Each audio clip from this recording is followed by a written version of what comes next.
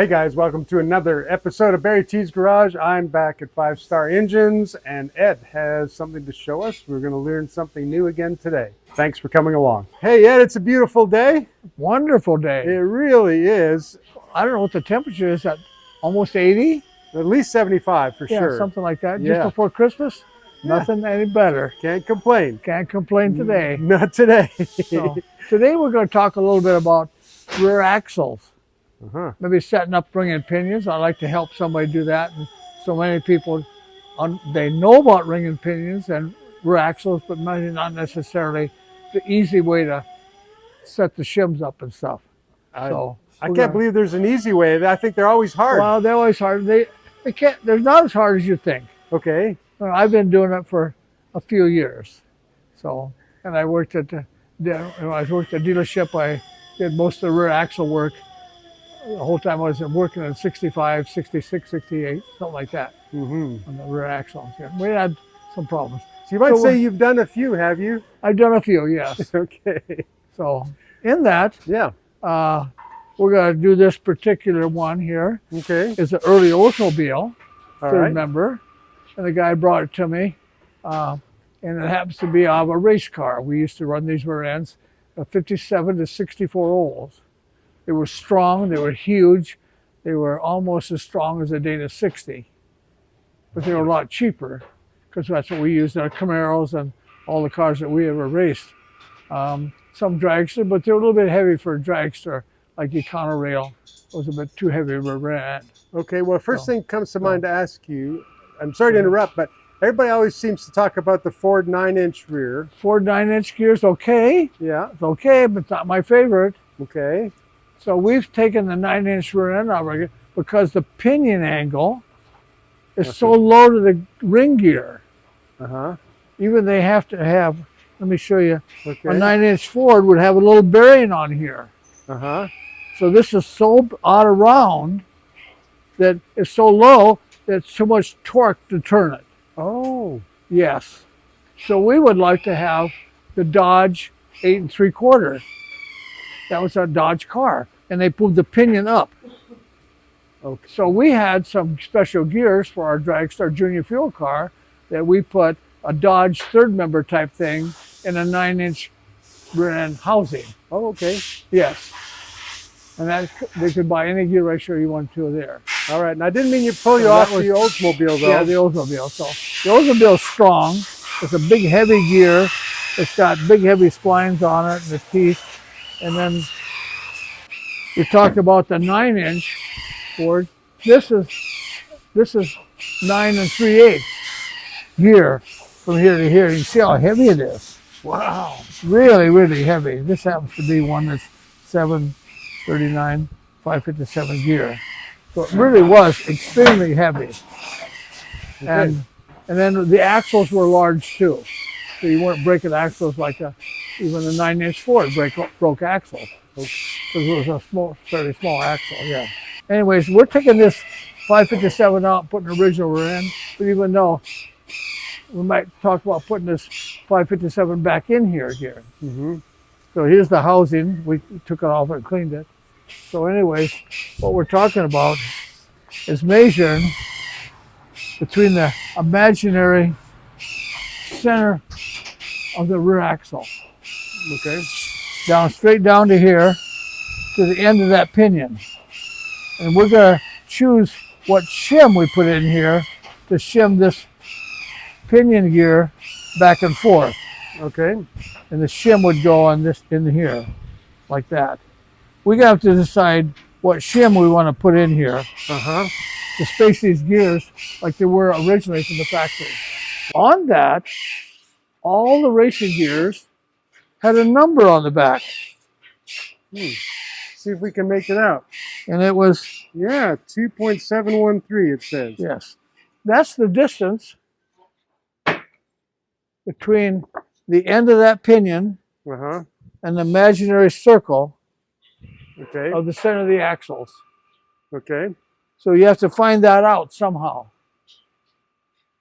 And so once you put this together then with the pinion in here, then I have this set of tools. This came in a box with all kinds of things that's adjustable for different sizes. Even fits the 9-inch Ford. Fits all the rear ends that I know of. Okay. And you would put these in the housing. Oh, interesting.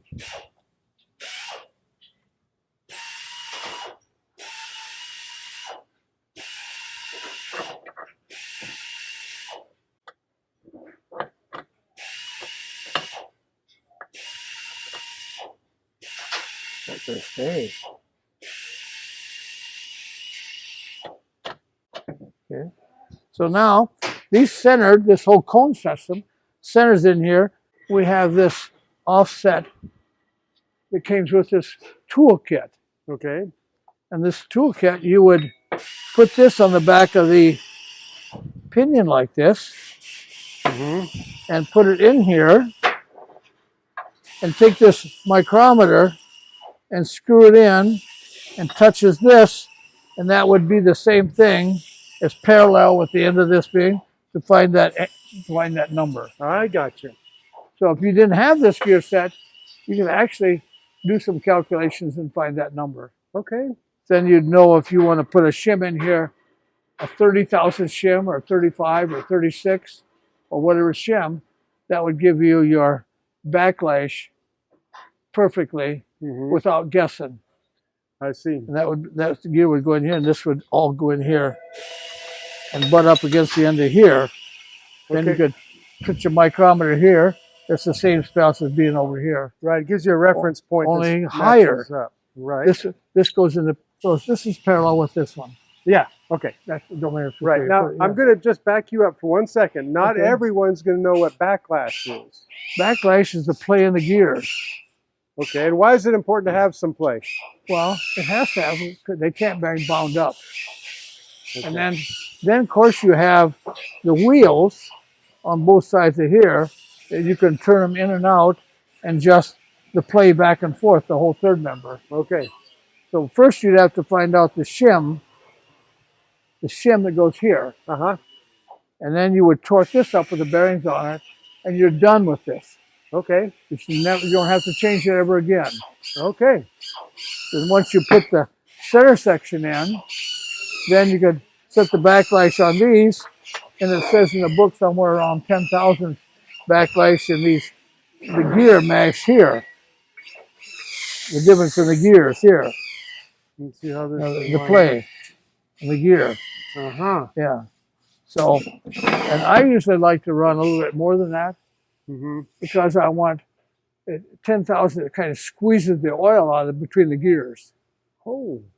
Yeah. So I would like to run maybe 10 or 15 thousandths, and even our 9-inch Ford gears, because that pinion is lower, it sticks in the grease more.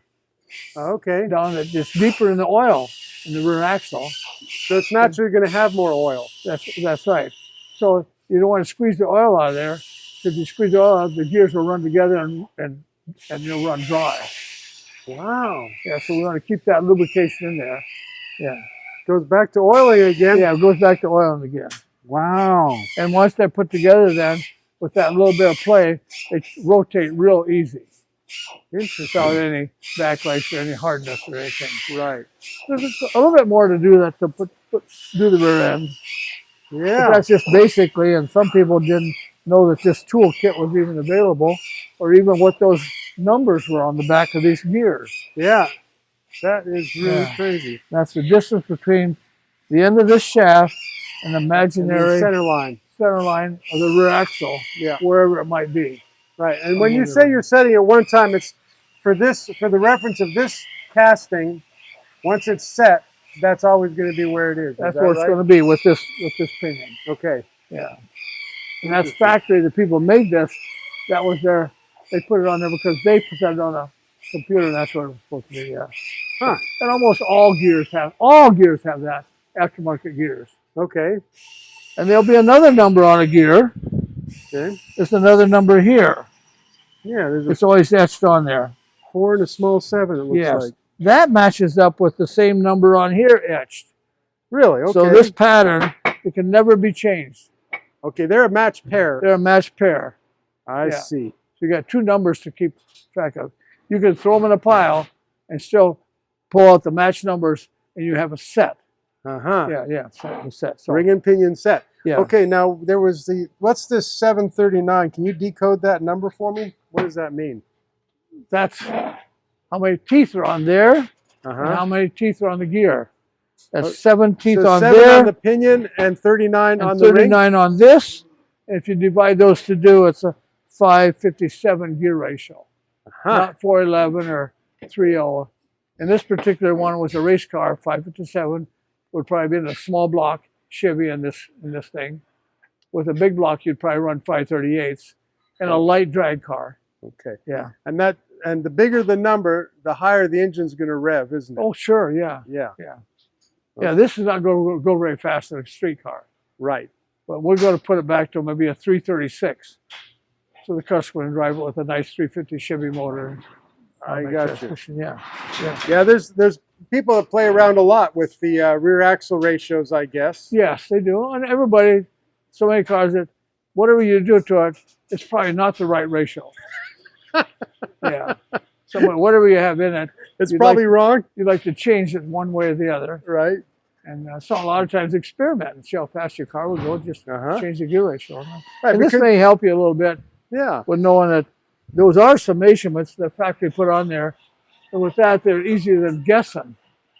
With guessing, you'd have to press this bearing off and on. Oh, wow. Many times.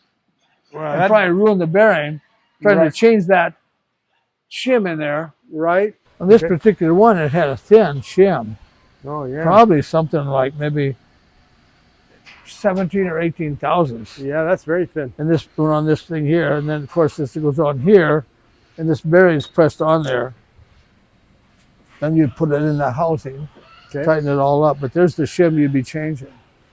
Okay. So you don't want to press this off and on too many times because you'll ruin the bearing, distort it, and then you change the shim. So. Right. Wow, that's very interesting. So now we can go across, and we'll look at another gear set that I have. Okay. Gives you a little bit more information on rear ends, and we can talk about that. I'd love to. Okay. Let's do it.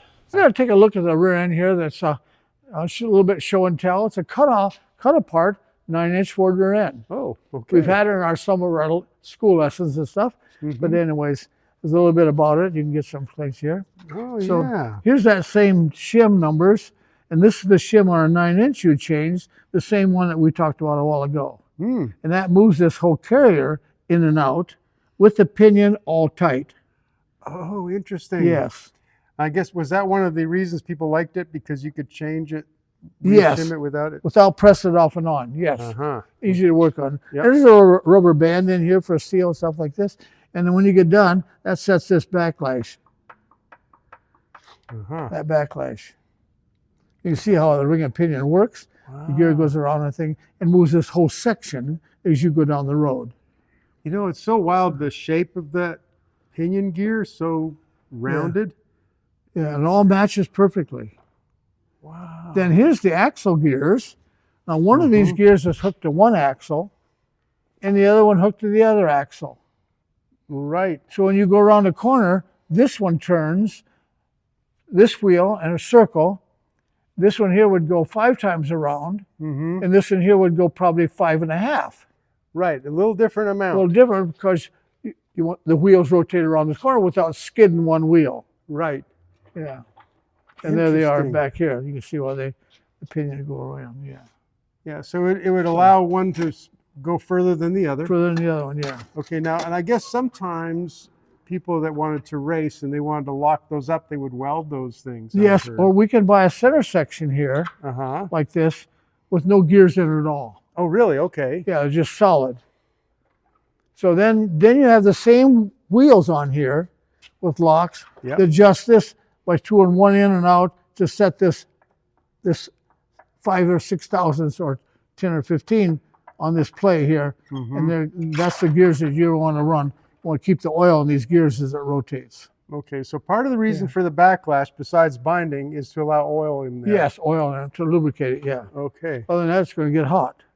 Right. Yeah. So that's a little bit more about, you can understand what the gears are and what a positive traction No, is. it's great to see that. Here's another gear off a 12-bolt Chevy. It has the same number or a different number, but It it's has the still same, yeah. wrote on there. Yeah. Mm-hmm. Yeah. Wow. They're all on any kind of high performance gear. But you can see how low this pinion angle it is low, yes. to the axle. Mm-hmm. And that's why it takes more horsepower to pull a 9-inch Ford than it is almost any other gear. Really? Yes. So now our dirt track cars, it went to a quick change rear end. Uh-huh. And that takes a little bit more horsepower. Really? But it's easy to change the gear ratio. Okay. Because you don't change the gear ratio. Now, would you change the ratio depending on the track you're on? Yes. And how sticky it is and things like this, yeah. Okay, conditions even at the same track. Same track, yeah. Okay. Drag car, again. Okay. And this is how heavy it is, and there's no gears. So this is called a spool. So it locks both rear wheels together all the time, Okay. like a little bit like an ATC or Woodie or three-wheel bicycle. But you can see how heavy it is and how strong it is. It is really heavy duty. But this would fit that Oldsmobile rear end I had across the street. Oh, really? Okay. Yeah. So now, what kind of track would you put that? Drag racing only. Only drag racing. Only drag racing, yeah. Okay. When you only want the wheels to go in the same speed, Same direction. they're going straight. Yeah, and they keep together, yeah. Okay. Yeah. Interesting. So it's really interesting. It's easy. Yeah. If you know a little bit about this, understand what a little bit about it. This is fascinating. I just want to see this again, how this turns. It's really almost hypnotizing the way it grabs like that. Yeah. And these are such a thing. This gear here, you see the tooth is big here because it tapers down, and it's real small on the other end. Let's see if I can catch that over here. I don't know if you can see that. Like this, what I'm talking about. Okay. The gear is wide here and narrow down here. You're right. Because it goes in a cone. Ah, right. Yeah. That's very interesting. Yeah, it goes in a cone. And then this is cut in a machine, and the same machine cuts this one, and this is short and long here. The gear is. So they all match perfectly. Isn't that and they've been doing that since 1900, I suppose. Yeah, long time ago in the gear ratio. And so if these gears happened to be straight cut, and the other was straight cut gears, then they would make a lot of noise. And they would be, straight cut gears are a little bit stronger than these angle cut gears. Oh, yeah. Yeah. My friend Alan has those cars from the early 1900s. Yes. And his transmissions are usually straight cut gears. Straight cut And gears. they're actually not easy to shift, I don't think. That's right. And they'd be noisy. Yep, they are. Yeah. But they're strong. Yes. Straight cut gears are a lot stronger than an angle cut gear. Right. Yeah. Wow, that's interesting. Yeah. So there's always trade-offs in these engineering things, aren't there? There is for noise and quiet. And, strength. but I think today's gears exactly the same as this. They're all angle cut gears of the brand new 2025 cars. They've got the same angle design here, and they work perfectly. Yeah. Once they figured it out, they figured it out. So, okay, so before we go, what are considerations as far as taking it out? Is it basically opening bearings up, or how do you get into a rear axle? There's the bolts attached to. Well, the bolts usually on some of them have a rear cover on the back of the cover. Take it off, and there's all these gears. Okay. And you can pull a little few pins or something and take the gears right apart. Okay, so it's usually just some pins or maybe snap rings? Yeah, snap ring, a little snap ring somewhere. And, and then usually nowadays you don't have to take the whole rear axle housing, brakes and everything all off. You pull the axles out, because the axles are in these holes. Yeah, you take them out just enough to, they clear, I guess. Yeah. Just enough. But you'd pull the axles out maybe 3 or 4 inches and take it all apart without taking that whole housing out from underneath the car. Right on. You can do it up on a hoist, yeah. Excellent. Early Olds again. 616. Whoa, that's ring a and high pinion gear. for that Oldsmobile. Wow. 616. Wow. Yeah. That's a fast gear set. Okay, Ed, so if you have, let's use this model here real quick and explain when you're adjusting the pinion and the shims on this type of transmission on this 9-inch. How do you do it? Yeah, well, you'd actually assemble this yoke. The drive shaft goes in here. Mm-hmm. You put your seal in and the bearings and torque this up. And there's a certain spec. It usually takes the correct way to be it. If you had this, just this piece, Mm-hmm. and you want to, these bearings are preloaded Okay. with this nut and a shim in here. It takes about 23 inch-pounds Oh. to rotate this. Well, that's not much. Yeah, not much, but it does have some drag on this. Okay. It just can't float around. Mm-hmm. But we get down here, this takes about 23 inch-pounds to turn this shaft. Okay. And once you find the spacer in here, you change this shim and put this in, and you're done. Okay, how do you know when you have it closed up like that? How do you know you can't measure? How do you know when the shim is right? That's because you use your tool. Okay. Again, you put this in and put your tool in without this. Okay. And that will tell you the number on the back of the pinion. Okay. And Again, that would you've tell got you that what tool. this thing, usually on a Ford is usually about 16,000 shim. Okay. Give or take 5, one way or the other. Uh-huh. Once you put the shim in, this all in, and the third member, tighten it up, you're done. Really? Now, what do you do with these when you, so you tighten it up with this once it's Then you shimmed? take these off, put the center section in with this gear, Okay. with the bearings, and put the wheels in it, snug them down a little bit, and you turn this back and forth until you get the 10 or 15 thousandths play in the gear. Oh, okay. When you do, you get tighten these up on both sides and check it again once you tighten them up. Still got your 15 thousandths. Then you'd want to rotate this by hand all the way around to make sure you don't have any spots that are hard to turn Okay. or don't have the thousandths. When you get all done, tighten your bolts up, torque them up, lock it, and you're done. Okay, and I guess the reason you're going around is because if it's not lined up just Could right. be a little bit of angle. We Uh-huh. could have some dirt in one of the gears or a little malfunction, but that's rare. Uh-huh. But it was saying a good set of gears will have the same play all the way around. Okay. Make sure everything's straight and everything's in good shape. Yeah, it may not be likely, but you still want to check it. You always want to check it, yeah. Uh-huh. Tighten your wheels up, torque down the bolts here, put oil in it to drive shaft, you're ready to go. We can talk about rear ends all day long. Uh-huh. For instance, we have rear wheel steer. So then a Dodge car in particular has a short spring between the rear end going forward. The spring is only maybe 24 inches long. You mean the back part of the leaf is longer? The leaf going forward, Okay. going towards the front wheel is only maybe 24 inches long. And it's On longer the going back to the of the back? spring is maybe 3 feet, Huh. 36 inches long.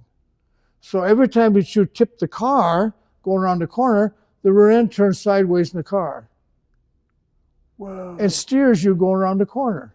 So that actually So a helps. Dodge car, a Cornet or one of those with the early ones, will go around the corner a lot faster than a Ford. Because of the unequal length Springs springs. also. And they had a weaker spring. The spring was wider, but didn't carry so much weight. Huh. For that then, with us hot rodders, Yeah. if we stopped in the street without a bunch of traction bar stuff and we tried to spin the wheels, that rear end would be a big wave in it. Oh. And the rear axle, because the tires are on the ground, and the rear axle is rotating, it wants to twist the whole rear end in the car. Right. So then I've heard it called axle wind. wind up the axle. Yeah. So Dodge made this. Huh. It was aftermarket. Dodge cars has the bolt in them. And they had this little rubber mounted down here. So if we did that, this rubber would go up and hit the floorboards, the bottom of the car. And then the rear end wouldn't wind up. Wow, and I see it's adjustable. You've got So different- now, this is aftermarket. Yeah. You can pull the pin out of it here. Uh-huh. And so you want this going down the street to be maybe a quarter of an inch off the bottom of the car. So the car would ride okay Uh-huh. until you step on the gas and dump the clutch. Okay. And this thing would hit the floorboards. So it would mount something like this on a Dodge car. Interesting. Yeah. And this is aftermarket. Yeah. Yeah. Just a little bit to help A the little- street racer Right. without putting a bunch of expensive traction stuff, traction bars, all kinds of stuff underneath the car. Sure. Just a little accessory there for That's dogs. hilarious. Man, there are so many tricks. So many. And if you understand some of those, it's easy. Yeah. A little bit better and help you. Thank you for teaching us. I know if somebody learns something about it, and it won't be so, you won't be afraid to tear it apart and Yeah. put it back together again. Yeah.